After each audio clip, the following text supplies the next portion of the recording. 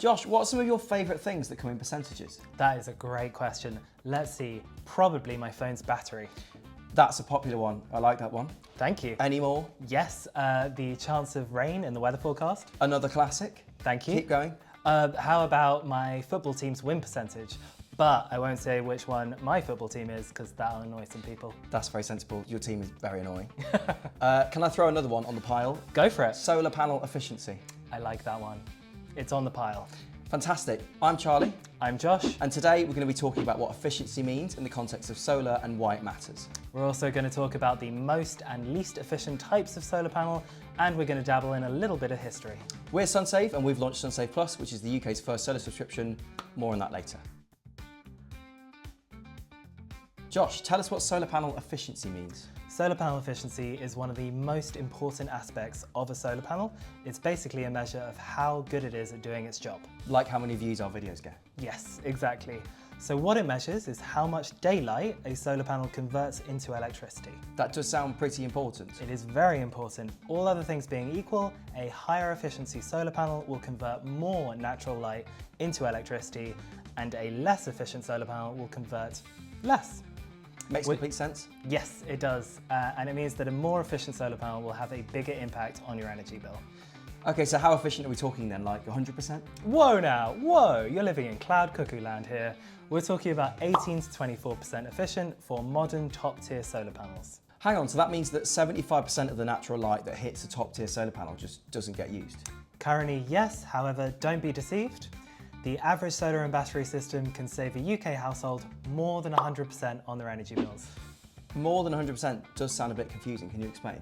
So you save on your energy bills by importing less electricity from the grid, but you also make money by exporting all of your excess electricity to the grid. Combined, these two cancel out your initial energy bill and mean that you can make a profit. Wow, and that's despite modern solar panel efficiency hovering around the sort of low to mid 20s. Yes, absolutely. Think of what we could achieve if solar panels were 100% efficient. Charlie, it boggles the mind, truly. If you're still here, hit the like button. Josh, why are we in a lab? Because this is where solar panels come to learn how they get made. Exciting stuff, what are you talking about? So, when you choose a solar panel installer, you'll receive something called a data sheet, and this has all the technical information about your solar panels. We all love a good data sheet. On a data sheet, it says the solar panel's efficiency, which the manufacturer will have worked out in a lab. This very lab. And others. Okay, so how do they work it out? So, it's based on something pretty scintillating called standard test conditions. Wow.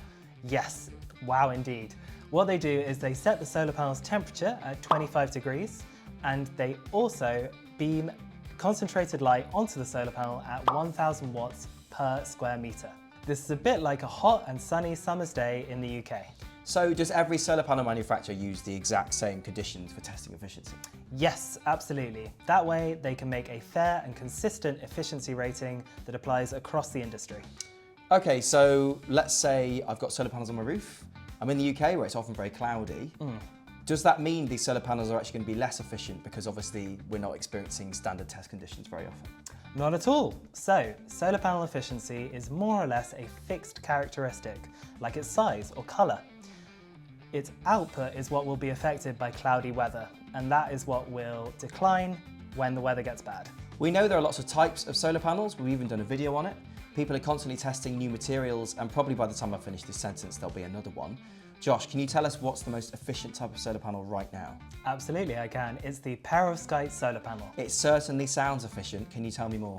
So it is 26.9% efficient. It reached this mark in June 2024 when Oxford PV created a panel that is part perovskite, part silicon that was nearly 27% efficient. If these panels are so efficient, why isn't everyone buying them? Great question. Unfortunately, perovskite solar panels aren't available yet. They are being sold for commercial use in the US, but they won't be available to residential homes in the UK for a few years yet. So do you think perovskite solar panels are worth waiting for? I wouldn't say so. Perovskite solar panels are about 3 percentage points more efficient than the best monocrystalline solar panels. Monocrystalline panels are already great tech. They're on households all over the UK. They're already worth getting, and you can start saving on your energy bills with them right now. Josh, you just told me on camera that the most efficient type of solar panel is 26.9% efficient. I did, yes. So why do I keep seeing news stories that say that solar panel efficiency has reached 30%, 40%, even 50%? So you're confusing solar panels with solar cells. Oh God, not again. Yeah, I know. Solar cells are what makes up a solar panel. So every solar panel is made up of many individual cells, between 60 and 144 in most modern solar panels. Okay, so is a solar cell more efficient on its own? Yes, a solar cell is always more efficient than the solar panel that it's part of. And the news reports that you're seeing are definitely about a solar cell's efficiency. So why does solar cell efficiency come down when you put them all together into a panel? So a solar panel's efficiency rate is based on the entire panel.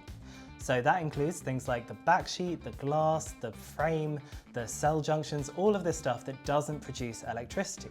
Therefore, it brings down the average. Also, the solar panel will lose efficiency because it's sending electricity down cell junctions. And naturally, when it goes down cell junctions, it loses some of that electricity along the way. And it also loses some of the energy to heat energy, unfortunately. Josh, time waits for no one, but does it wait for solar panel efficiency? Alas, it does not. So what happens to solar panel efficiency over time?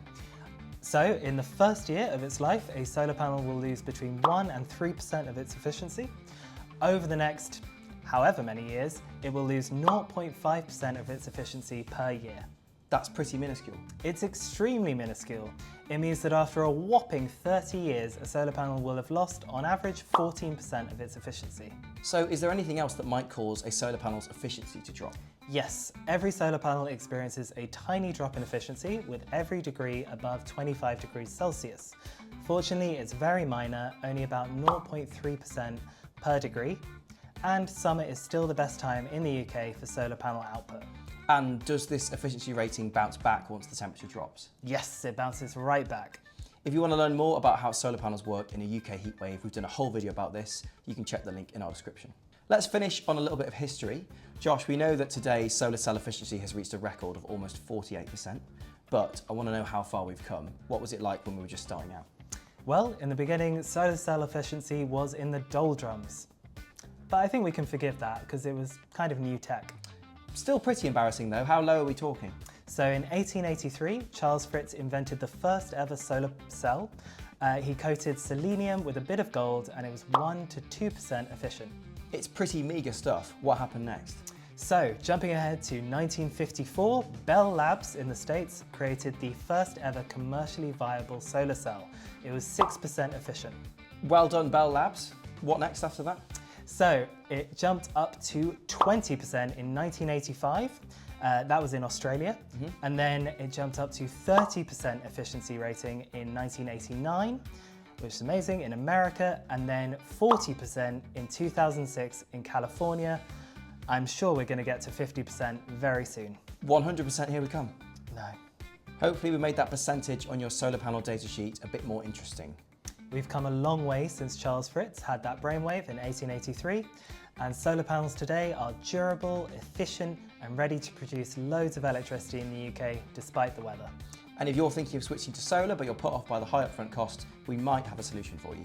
Yep, we've launched Sunsave Plus, the UK's first ever solar subscription, which means you can switch to solar with no upfront cost. Instead, you'll pay fixed monthly payments for 20 years.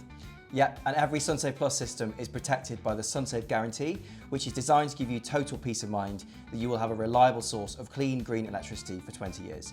It includes 24/7 monitoring and maintenance, downtime cover, comprehensive insurance provided by Aviva, and free replacement parts, including a battery and inverter. If you want to learn more about Sunsave Plus or solar in general, just head to our website, sunsave.energy. And don't forget to subscribe to our channel for more videos about everything solar.